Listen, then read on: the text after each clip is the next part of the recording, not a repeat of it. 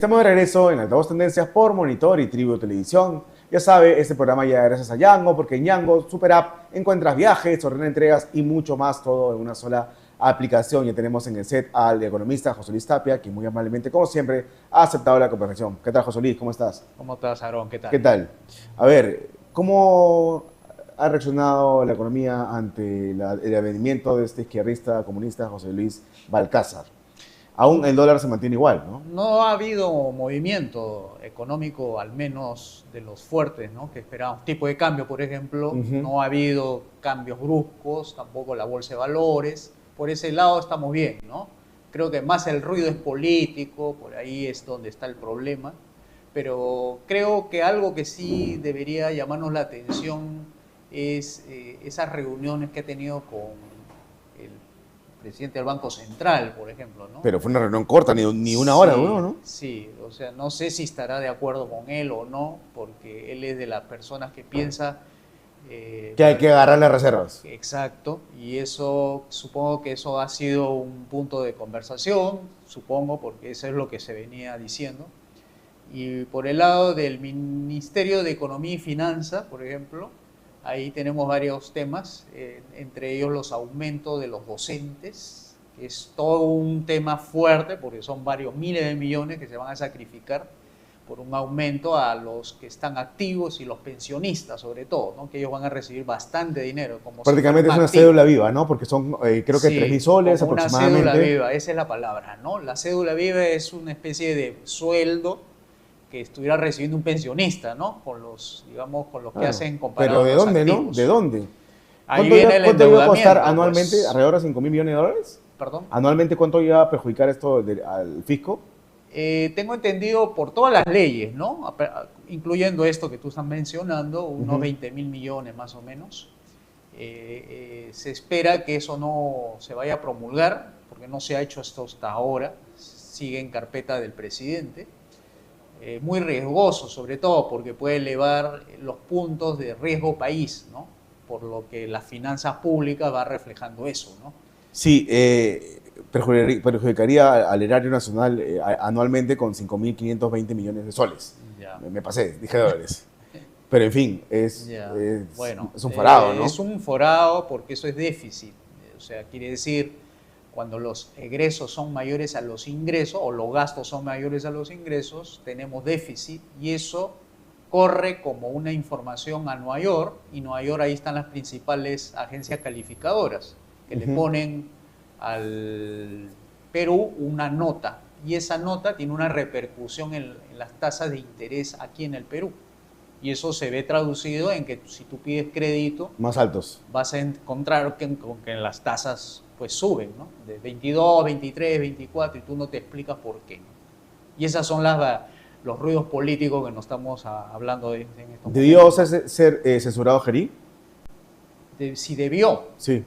Para mí sí, ¿no? Por lo del aspecto económico, que no iba a tener ninguna repercusión, por ese lado yo lo vi, pero lo que no vi es por el lado político, ¿no? Es decir, ¿qué implica eso dentro de los movimientos, por ejemplo, indulto a Pedro Castillo, el Que no se salvoconducto descarta, a ¿no? Besti Chávez, y eso pues hace todo un eco, digamos, en el escenario político que puede incluso llevar a desequilibrios del propio gobierno, ¿no? Tener a la gente en las calles, no dejarlo gobernar, y eso en la imagen país ahuyenta las inversiones, aumenta el riesgo país, y no le dicen a los inversionistas venga, sino más bien espérese un momento hasta que las cosas se calmen, ¿no? ¿Y ahora qué va a pasar con Petroperú? Se hablaba de una reestructuración, pero eso ya queda de lado totalmente, ¿no?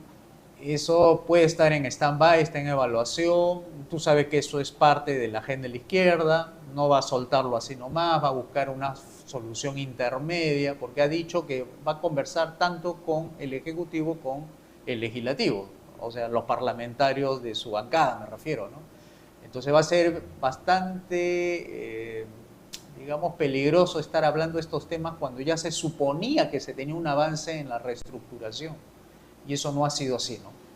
Pero han elegido a lo peor que puede haber prácticamente en el Parlamento, un sujeto que además de tener varias carpetas fiscales defiende el matrimonio infantil, ¿no? Sí, ahora creo que tiene una audiencia para el mes de junio para que se apersona al Poder Judicial y no va a poder decir que no, porque Por él el es caso, un ciudadano, ¿no? sí, Cuando claro, ocurra eso. por el caso de apropiarse presuntamente de recursos del Colegio de El Decanos Colegio de de, la- Abogados de abogados de de Lambayeque, Lambayeque, sí. que emitió un Entonces, comunicado advirtiendo que no lo elijan como presidente, ¿no? sí, eso es lo que hemos tenido de mala suerte, ¿no? Que no se elijan los mejores, sino a los que mejores saben negociar las prebendas, los privilegios, los ministerios, las direcciones regionales. En ese sentido, creo que ahí es lo malo que está saliendo de la política, la politiquería, ¿no? La Pero es que política, tú eso, sabes que es P mayúscula, ¿no? Acuña y Luna son cáncer de la política, ¿no? Sí, politiqueros, ¿no? Esa es la verdad, porque si hablamos de política, estamos hablando de Ronald Reagan, Margaret Thatcher, gente que ha hecho cambiar la faz del mundo, y eso es lo que se espera, ¿no? Pero ya con estas personas, pues, ¿qué le podemos pedir si han sido elegidos, ¿no? O sea, estas personas no han caído del cielo, han sido elegidas por personas que han creído en ellos, y ahora estamos pagando las consecuencias, ¿no? De una politiquería que no es política y la gente siente mucha desafección, quiere decir rechazo a la política, van con rabia a votar ahora, ya no van a ir contentos, sino porque no quieren pagar la multa, simplemente. ¿A quién le ves posibilidades de pasar a segunda vuelta? ¿A quiénes? Ah, es una buena pregunta, ¿no? Yo pensaba que iba a pasar el señor López Aliaga, ¿Con Keiko?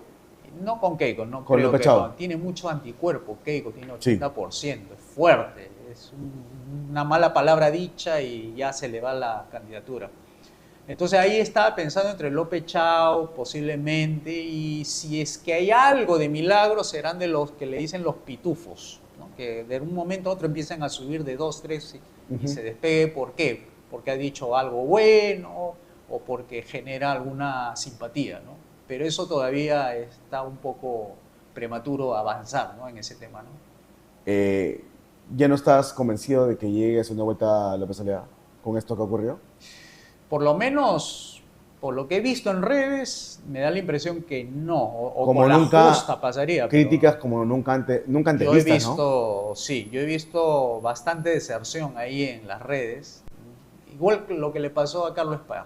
Lo he visto así, con un poco menos de magnitud en su candidatura, pero sí ha sido fuerte. Yo creo que han sentido el remesón porque dice, ¿cómo ha podido llegar ahora este señor Es visto Balcázar? como principal responsable del advenimiento de la asunción de Balcázar al poder, Sí, de regreso de Perú Libre al poder. ha jugado mal los números, ¿no? Creyó que podía contar con APP, con Podemos, y esas sumas Pero ni no siquiera le daban. la bancada en pleno de Acción Popular votó por Mari Carmen Alba. Tampoco. Entonces no han sumado bien. Esto da un reflejo de que la derecha, entre comillas, como tú sabes, no existe esa derecha que queremos, ha hecho mal número, no saben hacer política y la izquierda siempre le mete goleada en política. Qué bestia, José Luis. Y esto Y estaba... estando desde la clandestinidad Cerrón, ¿no? Y eso que él ya con su teoría leninista advirtió de que esto iba a suceder. O sea, no era una novedad dentro de la lógica izquierdista que iban a aplicar una táctica leninista para conseguir los votos. Lo que ha hecho todo el día de la elección de reemplazo a Gerí, lo que hizo Balcázar fue cabildear, ofrecer ministerios, Como debe ofrecer ser. el indulto de Castillo, exactamente, como debe ser. Porque esa es su lógica de ello, es agarrar el poder, capturar el poder y mantenerse en el poder y no soltar el poder. Pero eso es hacer política, ¿no? Eso es si haces con la finalidad de llevar una agenda programática sana, ¿no? Para liberalizar la economía, privatizar, caramba, se hace muy Claro, bien, ¿no? es política de la mala, pero al fin y al cabo había una estrategia por parte de la izquierda. Por supuesto, ellos querían capturar el poder y lo han logrado y están pues felices, ¿no? ¿Y cuál era la estrategia por parte de Renovación Popular? Porque fueron ellos quienes lideraron la censura a Gerí y luego su candidata era Mari Carmen Alba. Sí, pues y no ha dado los números, pues, o sea, no han ¿Quién hizo sabido hacer- cabildeo por ella? por Mari Carmen Alba. ¿Quién hizo cabildeo por ella? ¿Quién negoció, acordó con los demás grupos parlamentarios? Supuestamente de eso estaba encargada Norma Yarro, ¿no? Sí, pues parece que no ha tenido la muñeca. Si es que ella ha sido, creo que no ha tenido la muñeca necesaria, ¿no? No podían haber creído tan torpemente que por el simple hecho de poner a Mari Carmen Alba ahí, las bancadas de este extinto ya Sí. bloque democrático iban automáticamente a votar por ella, ¿no? Tenían cuadros ahí como para escoger, ¿no? Tenían a Quiabra, tenía a Williams, hasta el mismo Williams se ofreció a hacer esa, si es que se podía hacer sacrificarse. Y tenían gente decente, ¿no? Como para que la gente a la hora de examinar su pasado no encuentren nada, ¿no? Sino que le den con la confianza de vida. Ahora este señor, con todos los pergaminos que tiene, pues crea desconfianza, ¿no? Entonces esa situación pues es inmanejable en un país cuando tienes una politiquería bastante frágil, ¿no? Que se deshace rápidamente, ¿no? Entonces, para ti, ¿el principal responsable de esta crisis es López Aliaga? A mí me parece que sí, por todos los antecedentes que ha habido anteriormente, en el 2021, en el 2016, también con su partido, anteriormente Solidaridad Nacional, que ha habido también ahí malas experiencias con ellos, ¿no? O sea, es una trayectoria, digamos, ¿no? Porque el líder que tienen, pues es un líder empresario, no es político, él mismo lo ha dicho. Pero... ¿Cree que un político pudiera haber dicho lo que ha dicho a sus, digamos, a sus antes, digamos, antagonistas, ¿no? En este caso, Keiko Fujimori, no puedes tratarla despectivamente. Pero Keiko Fujimori no es antagonista, ¿no? Eso en la cabeza de ellos, ¿no? Como son competidores, están en misma parcela. Pero eso debió ocurrir en segunda vuelta, ¿no? No se van lo que importa es agarrar los votos de los indecisos, ¿no?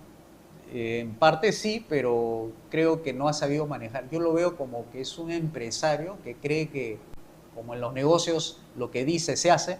Él creyó que en política lo que él dice se hace. Entonces ahí hay una distancia que él lo ha pagado ahora con su candidatura, ¿no?